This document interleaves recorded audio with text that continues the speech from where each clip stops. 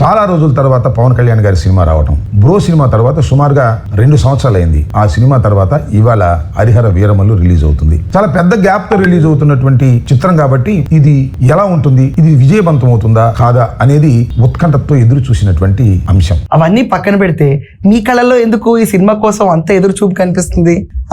ఏంటి మనలో కూడా పవనిజం ఉంది కదా, బ్లడ్ లో పవన్ కళ్యాణ్ బాలకృష్ణ ఉంటే ఆ ఫీలే వేరబ్బా. మీలో కూడా ఉంది కదా, తెల్ల చొక్కా వేసుకుని కూర్చుని పోయి మీరు రివ్యూ చేద్దాం అని కూర్చున్నారంటే ఎవరో big fan of Pawan Kalyan. నేను ఒప్పుకుంటున్నాను అంబటి గారిని, లేకపోతే ఆయన ఏ వీడియో వెళ్ళదండి పాపం, 2,000-3,000 వెళ్తుంది. కానీ ఈయన రివ్యూ చేసిన వీడియోకి మాత్రం 50,000 దాటిపోయింది. ఎవరి ఫేస్ వాల్యూ ఎక్కడుంది దీని పట్ల?